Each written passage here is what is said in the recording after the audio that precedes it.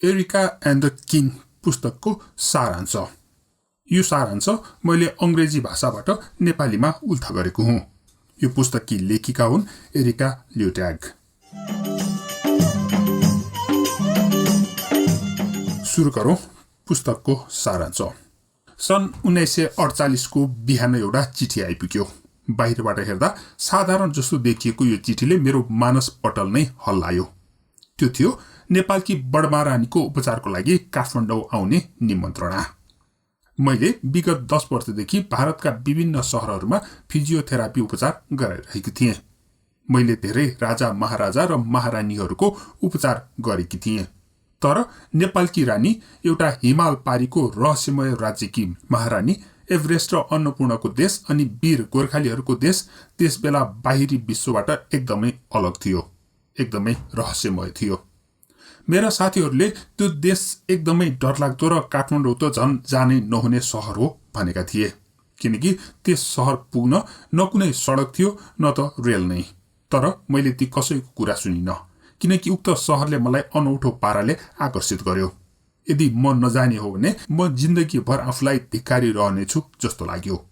त्यो लामो र कष्टकर यात्रा थियो, जसमा मैले त्यस्ता होटलहरूमा पनि बसे जहाँ कोठाभरि मुसा दौडन्थे, जहाँ स्नानघरमा सर्प भेटिन्थे।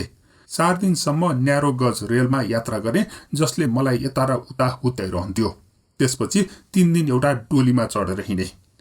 हिउँले भरिएको बाटोमा खाली खुट्टा हिँड्ने ती डोली बोक्ने 8 जना मानिसहरू देखेर मलाई खुबै टिठ पनि लाग्यो।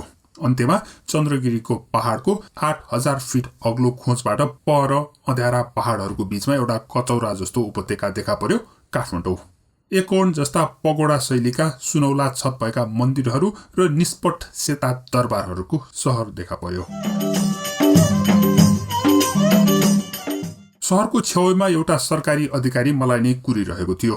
उसले मलाई एक आरामदायी 5 कोठे बंगलामा लग्यो। त्यो नै मेरो 5 महिनाको लागि बस्ने घर थियो। त्यहाँ 12 जना नोकरहरूको साथसाथै गेटमा एउटा रातो टोपी लगाएर कम्मरमा खुकुरी भिरेको गार्ड पनि थियो। ऊ मेरो व्यक्तिगत सुरक्षा गार्ड पनि हो भनेको सुन्दा मेरो मन गर्वले ढक्क फुल्यो। त्यहाँ म साँच्चीकै उच्च दर्जाकी व्यक्तित्व थिएँ। भोलिपल्ट बिहानै राजदरबारबाट एउटा कार लिन आयो। हामी बाटोभरि छरपष्ट हिन्दू र बुद्धिस्ट मन्दिरहरू पार गर्दै हिँड्यौं। कतै कतै बाटोका छेउका घरहरूका बल्कोनीहरूले बाटो पुरै छोपिएको थियो। त्यसैले दिउँसै अँध्यारो भने पनि यो अनौठो दृश्य देख्दा म अति नै अचम्मित भएकी थिएँ। सभ्यताभन्दा पर अनकन्टार यस ठाउँमा मोटर बाटो, बिजुली बत्ती, मोटर कारहरू, बसहरू सबै चिज थिए। प्रत्येक कार, प्रत्येक बस र यो सहर बन्ने प्रत्येक इटा मानिसहरूले बोकेरै हिमाल कटाएर यहाँ ल्याएका थिए। यसको बावजुद त्यहाँ स्थानीय जीवन भन्ने बाहिरी विश्वको बारेमा बेखबर थियो।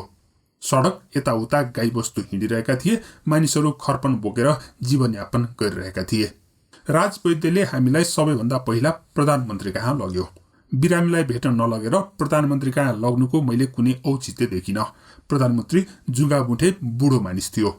उसले मलाई मेरो पढाइ र अनुभवको बारेमा सोधपुछ गर्यो। मैले भारतमा कसको उपचार गरेँ भन्ने सम्पूर्ण विवरण सुनाएपछि बल्ल हामी राजदरबारतिर लाग्यौं। दरबार पुग्दा बेलुका हुन लागिसकेको थियो। अग्ला अग्ला पर्खालले घेरिएको राजदरबारमा हात हतियारले सुसज्जित सुरक्षाकर्मीहरूले सुरक्षा दिइरहेका थिए। गेटबाट भित्रिएपछि दरबारको बरण्डामा राजपरिवारले मेरो प्रतीक्षा गरिरहेको देखेँ। सबैभन्दा अघि थिए राजा त्रिभुवन, फराकिलो हरियो ज्याकेट र सेतो जोधपुरी जस्तो ट्राउजरमा। राजाको पछि थिए उनका 2 महारानीहरू, जो स्वर्ण गहनाले भरिपूर्ण थिए अनि सुनौलो सारीमा सजिएका थिए। मैले उनीहरूलाई नमस्कार भनेर अलिकति झुकेर अभिवादन गरेँ। राजा त्रिभुवन बच्चा झैं खुसी हुँदै भने, यिनले त नेपाली पनि बोल्दै रहेछन्। भारत हुँदा नै मलाई भनिएको थियो कि राजा सानै उमेरमा 5 वर्षको हुँदा नै राजा बनेका थिए। उनले 13 वर्षको उमेरमा 2 जना दिदीबहिनीसँग एकैचोटि विवाह गरेका थिए। मलाई यी 42 वर्षका राजा एक कोमल हृदय र वाचाल नयन भएका व्यक्ति जस्तो लाग्यो। जब हामीले मेरो यात्राको बारेमा चर्चा गर्न थाल्यौं, राजाले बिस्तारै भने, मलाई पनि घुम्न खुबै रहर लाग्छ। मैले अति नै कम यात्रा गरेको छु। राजवैद्यले हाम्रो कुराकानीलाई काट्दै जेठी महारानीको उपचार गर्ने खाटतिर लगे। पहिलो फिजियोथेरापी उपचारपछि रानीले बिस्तारै भनिन्, मलाई सन्चो भयो। मलाई बाँच्ने आशा जाग्यो। दोस्रो उपचारको समयमा राजा पनि सँगै थिए। राजाको फुर्सद देखेर चाहिँ मलाई अति नै अचम्म लाग्यो। केही नभए पनि पेपरहरूमा दस्तखत गर्ने, मानिसहरूसँग भेटघाट गर्ने काम त हुनुपर्ने हो जस्तो लाग्यो।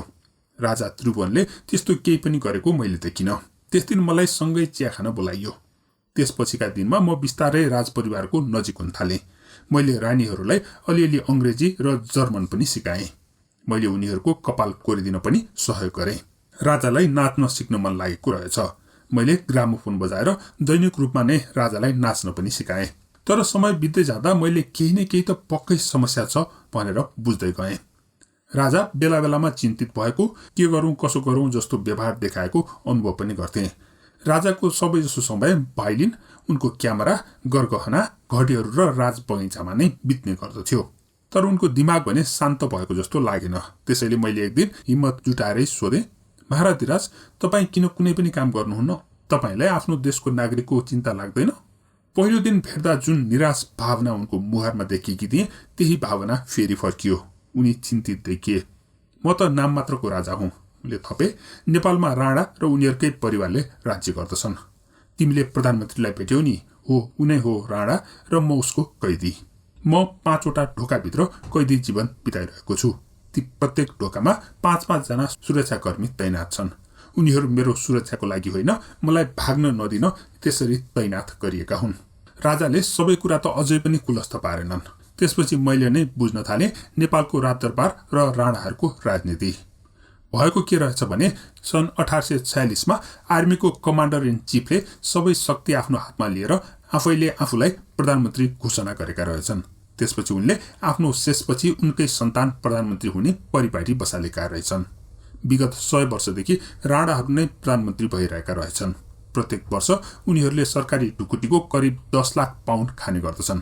राजाको भागमा 70,000 पाउन्ड स्टर्लिङ खर्च गरेपछि देश र जनताको लागि चाहिँ जम्मा 20,000 पाउन्ड मात्र खर्च गरिने रहेछ। त्यसैले त देशमा एकदमै कम स्कुलहरू थिए। जम्मा 3% मान्छेहरू मात्र पढ्न लेख्न सक्थे। विदेशीलाई सकेसम्म नेपाल आउन नदिनुको कारण पनि त्यही रहेछ। जनताले पनि विदेशमा जस्तै अधिकार खोज्लान् भन्ने डर। भारतमा महात्मा गान्धीले गरेको भाषण रेडियोमा सुनेको आरोपमा एक नेपालीलाई कारबाही पनि गरेका रहेछन् राणाहरूले। राणाहरू राजासँग भने डराउँदा रहेछन्, किनकि राजालाई देशका जनताहरू विष्णु भगवानको अवतार मान्ने गर्दथे।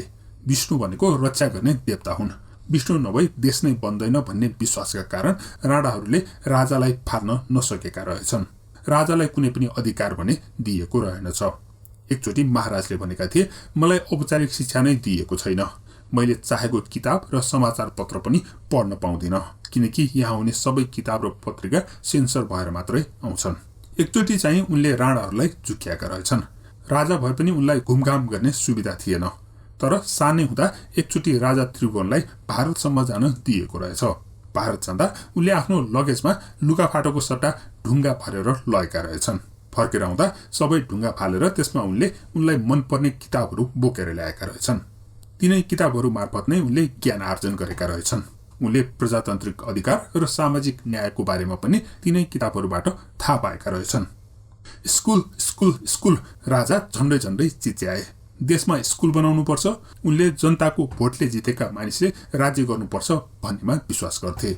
अनि उनी उद्योग खोल्नुपर्ने, सडक विस्तार गर्नुपर्ने कुरा पनि गर्ने गर्थे। नेपाल आइपुग्नुभन्दा अघि मैले राजनीति सम्बन्धी अलिअलि अध्ययन गरेकी थिएँ। राजासँग कुरा गरेपछि मलाई पनि देशको यस्तो गम्भीर अवस्थाले चिन्तित बनाएको थियो। निरङ्कुश राणासँग रिस उठेको थियो। जति जति मलाई चाख लाग्दै गयो त्यति मेरो जानकारीको तह पनि बढ्यो। नेपालमा र भारतमा पनि त्यस्तै मानिसहरू थिए जो प्रजातन्त्रको लागि लड्न तयार थिए, तर उनीहरूलाई साथ र सहयोग चाहिएको थियो। त्यस्तै नेपाललाई विदेशी दबावको पनि आवश्यक थियो। त्यसको लागि सबैभन्दा उपयुक्त देश भारत नै थियो। भारतको लागि नेपाल एउटा त्यस्तो देश थियो जसले चिनिया साम्राज्यलाई भारततिर बढ्न रोकिरहेको थियो। चीनले नेपालमा पनि कम्युनिस्ट शासन लाद्ने प्रयास गरिरहेको थियो। उक्त प्रयासलाई रोक्न जनताले रोजेको सरकारले मात्रै सक्ने थियो। तर राणाहरूलाई जनताले मन पराउँदैनथे। के भारतले त्रिभुवनको शक्ति हत्याउने प्रयासलाई सहयोग गर्छ होला त भनेर मैले पत्ता लगाउनु पर्ने थियो। काठमाडौँमा भएका भारतीय राजदूत, जो मेरा पुराना साथी पनि थिए, एक दिन मैले उनलाई भेटेँ। अरू विदेशी अफिसर जस्तै राजदूतले पनि राजालाई आफ्नो ओहदाको प्रमाणपत्र बुझाउँदा मात्रै भेटेका हुन्थे। मैले राजाले देशमा प्रजातन्त्र ल्याउन चाहेको कुरा सुनाउँदा राजदूतको आँखा ठुलो ठुलो भएको थियो। राजदूतले यसबारेमा केही उपाय त गर्नुपर्छ भन्ने विश्वास दिलाए। त्यसपछि उनले एकदमै कठिन प्रस्ताव राखे राजासँग एक व्यक्तिगत भेट गर्ने। त्यसपछि राणाका गुप्तचरहरूले नसुन्ने गरेर राज बगैँचामा यो सबै योजना बने। राजा त्रिभुवनले आफ्नो छोरा हिमालयलाई भेट्न जाने अनुमति लिए। राणाको गुप्तचर गार्डलाई गेटमा छोडेर त्रिभुवन एक भाइलिन बोकेर घरभित्र छिरे, छोरासँग सांगीतिक साँझ मनाउने भनेर। तर भित्र जाने बित्तिकै त्रिभुवनले लुगा फेरे, पछाडिको पर्खाल नागेर धानको खेत हुँदै अलि पर राखिएको एउटा गाडीमा चढेर भारतीय राजदूतावासतर्फ लागे। 2 घण्टापछि राजा त्रिभुवन छोराको दरबारबाट बाहिर निस्के, हातमा भाइलिनको बाकस च्यापेर। भारतको राजदूतलाई भेटेपछि मैले भेट्दा राजा निकै नै खुसी देखिएका थिए। उनले त्यहाँ भएको सबै कुरा सुनाए। उनले भने, एरिका, अब हामी प्रजातान्त्रिक बाटोमा हिँडिसक्यौं। तिमी साँच्चीकै चलाक केटी रहेछौ। मलाई तिमीमाथि विश्वास छ। राजा र भारतीय राजदूत बीचको भेट खतरनाक थियो। त्यस्तै उनीहरू बीच आदान प्रदान हुने कुराकानी पनि त्यति नै खतरनाक थियो। अनि मेरो गार्ड पनि राणाको गुप्तचर नै थियो। त्यसैले म राजालाई भेट्न जाँदा कुनै पनि कागजपत्र लिएर जाने गर्दिनथे। बिस्तारै राजाको चालबाजीले अर्थपूर्ण बाटो लिन थाल्यो।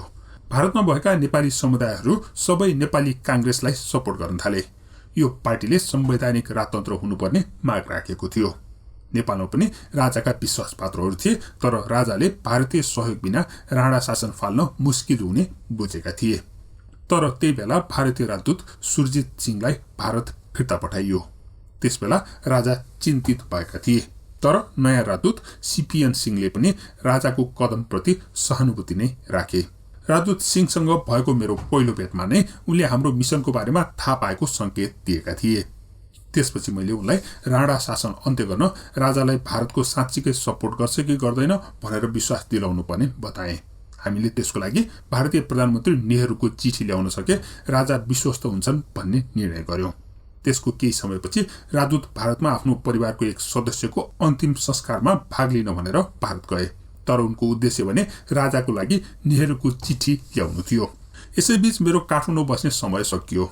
मेरो 2 महिने भिसालाई बडमा रानीको अनुरोधमा थप 3 महिना बढाइएको थियो। त्यो पनि सकिएपछि अनि रानी पूर्ण रूपमा ठिक भइसकेपछि म बस्नुको औचित्य थिएन। म मेरो काठमाडौँमा अन्तिम दिन अझै पनि सम्झन्छु। कोठाका सबै टेबल, पियानो राजा र रानीहरूले दिएको उपहारले भरिएका थिए। सबैलाई बाहिर एरिका लेखिएको सुनौला कागजले र्याप गरिएका थिए। तीमध्ये सबैभन्दा सुन्दर उपहार थियो राजा आफैले मेरो हातमा लगाइदिएको सुनको ब्रासलेट। मैले भने, यति धेरै उपहार, मैले कसरी यसको ऋण तिर्ने होला? राजाले भने, भारत गएपछि हामीलाई सहयोग गर्न सक्ने सबैसँग कुरा गर्नु। त्यसपछि उनले मलाई एक छेउमा लगेर एउटा कागज दिए जसमा केही कोड वर्डहरू लेखिएका थिए। यी त्यस्ता शब्दहरू थिए जसले राणाहरूलाई थाहा नदिई सूचना आदान प्रदान गर्न सकिन्थ्यो। जस्तो कि राणालाई सर्प भनेर बोलाउने, नेहरूलाई डाक्टर, राजदूतलाई चरा अनि चिठीलाई फूल भनेर सम्बोधन गर्ने भनिएको थियो। म भारत फर्केपछि नेहरूले राजालाई लेखेको चिठी नेपाल पुग्यो। नेपालमा मेरो अन्तिम काम पनि यही चिठी नेपाल पठाउने तयारी गर्नु नै थियो। त्यही योजना अनुरूप नै मिस्टर सिंहले राजालाई उनको बगैँचामा भेट्नका लागि अनुमति मागे। राणाका गुप्तचरहरूको उपस्थितिमा भएको यो भेटमा राजदूत सिंहले कसैले नदेख्ने गरेर चिठी राजालाई बुझाए। यो भेटको बारेमा राजाले सबै विवरण त दिन सकेनन्, तर हाम्रो गुप्त कोड अनुसार नै उनले मलाई चिठी लेखेका थिए। चरा बगैँचामा आयो र डाक्टरको फूल दियो। त्यसपछि उनले लेखेका थिए, बिउ लगाउने र बिरुवाको हेरचाह गर्ने तिमी नै थियो, त्यसको लागि मनैदेखि धन्यवाद। नोभेम्बर 1950 को बिहान राजपरिवारका सबै सदस्यहरू कारहरू लिएर उपत्यका नजिकैको जंगलमा शिकार खेल्न जाने भनेर राजदरबारबाट निस्किए। राजा त्रिभुवन र युवराज महेन्द्रले गार्डहरूलाई साइडमा राखेर आफैले गाडी चलाए। खाना राख्ने बास्केटहरू राज गहना र सम्पत्तिले भरिएका थिए। शिकार खेल्ने जंगल जाने बाटैमा भारतीय राजदूतावास पर्थ्यो। राजाको सवारी नजिकिँदै गर्दा दूतावासको ढोका खुल्यो। राजपरिवार बोकेका गाडीहरू दूतावासभित्र पसे। केही क्षणमा नै गार्डहरूलाई फिर्ता पठाइयो। राजा र राजपरिवार भारतीय भूमिमा रहेको जानकारी सहित। राणा प्रधानमन्त्रीले तुरुन्तै भारतीय राजदूतावासलाई आर्मी लगाएर घेरे। अन्त्यमा उनले अन्तर्राष्ट्रिय कानून र भारतीय शक्तिको अगाडि हार मान्नै पर्यो। त्यसपछि राजा र उनको परिवार भारतीय हवाईजहाज चढेर भारतको नयाँ दिल्ली गएपछि सरकारले राजालाई पनि विद्रोही शक्तिको रूपमा व्यवहार गर्न थाल्यो। भारतीय सपोर्ट पाएका आन्दोलनकारीहरूले नेपालमा आन्दोलन सुरु गरे। अन्त्यमा राणाले भारतीय शक्तिको अगाडि घुँडा टेक्नै पर्यो। 106 दिन लामो भारत बसाइपछि राजा त्रिभुवन सपरिवार नेपाल फर्केर सरकारको नेतृत्व गर्न थाले। सम्झौता अनुसार राणा प्रधानमन्त्रीलाई समेत समेटेर नयाँ सरकार गठन गरियो। राजतन्त्र शक्तिशाली भएको 1 वर्षपछि राजाको निम्तामा म नेपाल गएकी थिएँ। सन् 1951 को नोभेम्बरमा। देश भर्खर परिवर्तन हुन सुरु मात्रै भएको थियो। मैले राजासँग लामो समय त बिताउन पाइन, तर राजा त्रिभुवनले खुसी हुँदै एक चिठी देखाएका थिए। यो चिठी सबैभन्दा पहिले म तिमीलाई नै देखाउन चाहन्छु भन्दै। त्यो चिठी थियो राणा प्रधानमन्त्रीको राजीनामा पत्र। राजाको पुरानो समयको जस्तो फुर्सद र रमाइलो सबै सकिएको थियो। राजाको टेबल परि अफिसियल कागजपत्र र फाइलहरू भरिएका थिए। एउटा फाइल देखाउँदै राजाले भने यो स्कुल खोल्ने र सञ्चालन गर्ने योजना हो। त्यसपछि एक नक्सा निकाल्दै उनले गर्वका साथ भने सडकहरू पनि बन्दैछन्। त्यसको केही समयपछि नै मैले भारत छोडेर बेलायतको लन्डन बसाइ सरे। सन् 1954 को सुरुतिर राजाले नेपाल आउने निमन्त्रणा गरेका थिए, अलि लामो समय बस्ने गरेर। मेरो नेपाल जाने समय अक्टोबरको लागि फिक्स पनि गरिएको थियो, तर राजाको मुटुमा समस्या देखिएपछि उनको उपचारको लागि उनी स्विजरल्यान्ड जानुपर्ने भयो। त्यसकारण मेरो नेपाल जाने समय पछि सार्नु पर्यो। तर मार्च 13, 1955 मा राजा त्रिभुवनको निधन भयो ज्युरिच अस्पतालमा। राजाले आफ्नो सपना साकार भएको निकै छोटो समय मात्रै देख्न पाए। राजकुमार महेन्द्र राजा बनेपछि पिताको सपनालाई साकार पार्ने काममा दत्तचित्त भएर लागे। अहिले काठमाडौँ पहिलाको जस्तो जानै नहुने ठाउँ रहेको छैन। दिनदिनै काठमाडौँ र दिल्ली बीच हवाई उडान हुन्छन्। अहिले भारतसँग जीप चल्ने बाटो पनि खुलेको छ। थोमस कुक एन्ड सनले यो अलौकिक राजधानी भ्रमणको पनि व्यवस्था गरेको छ। क्रिस्चियन मिसनरीहरूले काठमाडौँमा अस्पताल पनि खोलेका छन्। सन् 1771 मा सबै क्रिस्चियनहरूलाई लखेटिएपछि अहिले पहिलोपटक नेपालमा क्रिस्चियनहरूलाई काम गर्न दिइएको हो। अहिले नेपालमा उत्पादनमूलक र कृषि क्षेत्रमा निकै प्रगति हुँदैछ। अहिले म लन्डनमा आफ्नो दैनिकी बिताउँदै गर्दा आफैलाई सोध्ने गर्छु के मैले 80 लाख जनसङ्ख्या भएको त्यो दुर्गम राज्यको भविष्य बनाउन कुनै भूमिका खेल्ने होला त? त्यसवखत म मेरो हातमा लगाएको सुनको ब्रासलेट छोएर ढुक्क हुन्छु। यो थियो एरिका एन्ड द किङ नाम गरेको एक ऐतिहासिक पुस्तकको सारांश।